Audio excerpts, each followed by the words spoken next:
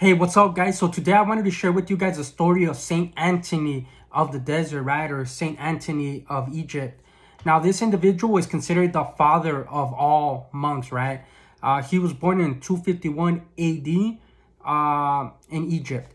And, he came from a pretty wealthy family, both of his parents being Christian. But when he was around 20 years old, both his parents passed away, leaving him, all their wealth, as well as the care of, their youngest daughter, his sister.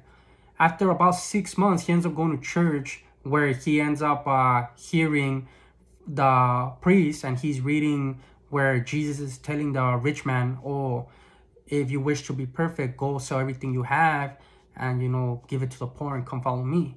So he takes that as like a sign from God, right? So he goes, gives all his land, which was about 300 acres, to the villagers, and he ends up selling all their possessions pretty much and giving most of the money to the poor, keeping some back for his sister a little bit.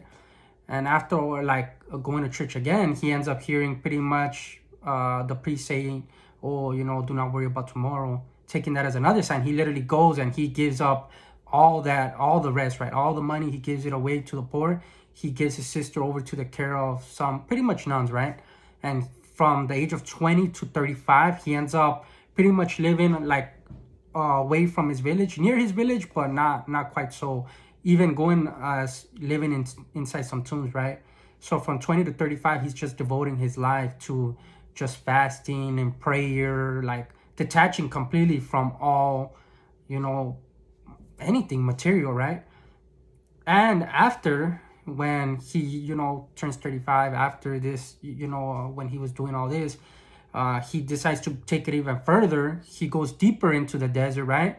And he ends up finding a fort, abandoned Roman fort, where he ends up living in there.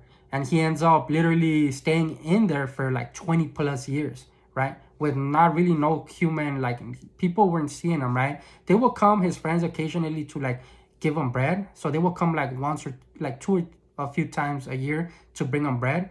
So they would like bring him a bunch of bread and they would just throw it over the fence.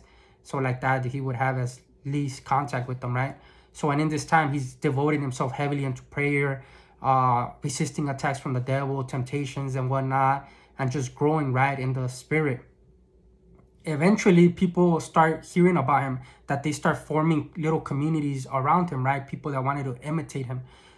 So after 20 years, he comes out, and the people that little community that had formed around him, they pretty much tell him like, oh, come on, please teach us. And he would give them like